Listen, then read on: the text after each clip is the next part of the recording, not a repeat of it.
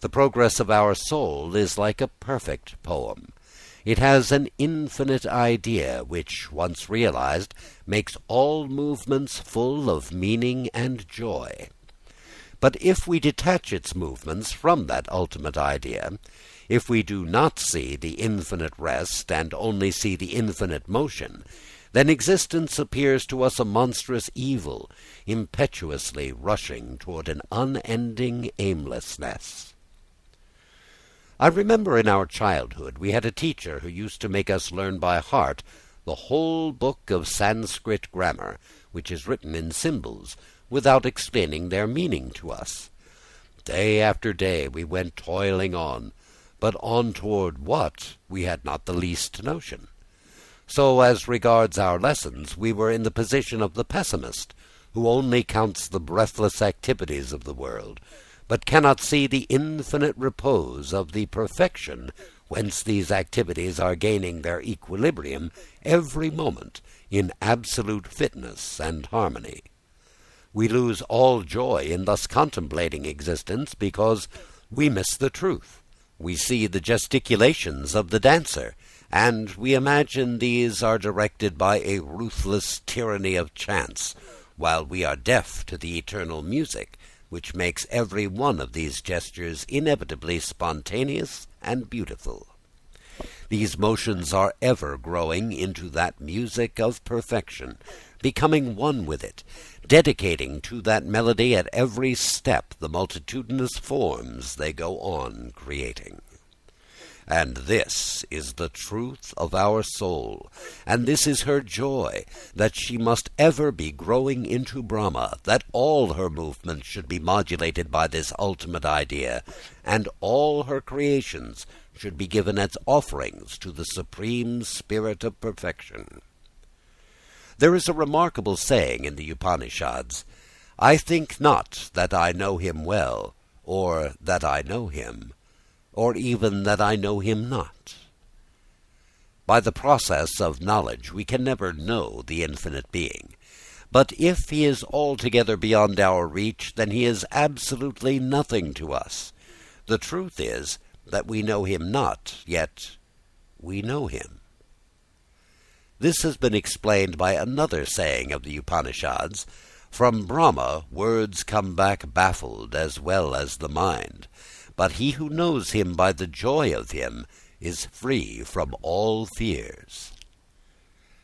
Knowledge is partial because our intellect is an instrument. It is only a part of us. It can give us information about things which can be divided and analyzed, and whose properties can be classified part by part. But Brahma is perfect, and knowledge which is partial can never be a knowledge of him. But he can be known by joy, by love. For joy is knowledge in its completeness. It is knowing by our whole being.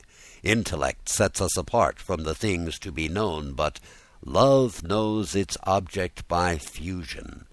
Such knowledge is immediate and admits no doubt. It is the same as knowing our own selves, only more so. Therefore, as the Upanishads say, mind can never know Brahma. Words can never describe him. He can only be known by our soul, by her joy in him, by her love. Or, in other words, we can only come into relation with him by union of our whole being. We must be one with our Father. We must be perfect as he is. But how can that be? There can be no grade in infinite perfection. We cannot grow more and more into Brahma. He is the absolute one. There can be no more or less in him. Indeed, the realization of the Para-Atman, the supreme soul within our Anta-Atman, our inner individual soul, is in a state of absolute completion. We cannot think of it as non-existing and depending on our limited powers for its gradual construction. If our relation with the divine were all a thing of our own making, how should we rely on it as true? And how should it lend us support? Yes, we must know that within us we have that where space and time cease to rule, and where the links of evolution are merged in unity. In that everlasting abode of the Atman, the soul, the revelation of the Para-Atman, the supreme soul, is already complete. Therefore the Upanishads say, he who knows Brahman, the true, the all-conscious, and the infinite, as hidden in the depths of the soul, which is the supreme sky, the inner sky of consciousness, enjoys all objects of desire in union with the all-knowing Brahman. The union is already accomplished. The Para-Atman, the supreme soul, has himself chosen this soul of ours as his bride, and the marriage has been completed. The solemn mantram has been uttered, let thy heart be even as my heart is. There is no room in this marriage for evolution to act the part of master of ceremonies. The Isha, who cannot otherwise be described than as this, the nameless immediate presence, is ever here in our inmost being. This Isha, or this, is the supreme end of the other this.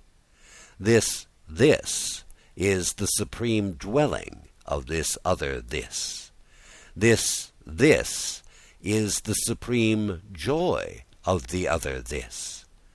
Because the marriage of supreme love has been accomplished in timeless time, and now goes on in endless lila, the play of love. He who has been gained in eternity is now being pursued in time and space, in joys and sorrows, in this world and in the worlds beyond. When the soul bride understands this well, her heart is blissful and at rest. She knows that she, like a river, has attained the ocean of her fulfillment at the one end of her being, and at the other end she is ever attaining it. At the one end is eternal rest and completion. At the other it is incessant movement and change. When she knows both ends are inseparably connected, she knows the world as her own household, by the right of knowing the master of the world as her own lord. Then all her services become services of love. All the troubles and tribulations of life come to her as trials triumphantly borne to prove the strength of her love, smilingly to win the wager from her lover. But so long as she remains obstinately in the dark, lifts not her veil, does not recognize her lover, and only knows the world dissociated from him, she serves as a handmaid here, where by right she might reign as a queen. She sways in doubt and weeps in sorrow and dejection. She passes from starvation to starvation, from trouble to trouble, and from fear to fear. I can never forget that scrap of song I once heard in the early dawn in the midst of the din of the crowd that had collected for a festival the night before. Ferryman, take me across to the other shore. In the bustle of all our work there comes out this cry, take me across. The carter in India sings while driving his cart, take me across. The itinerant grocer deals out his goods to his customers and sings, take me across. What is the meaning of this cry? We feel we have not reached our goal.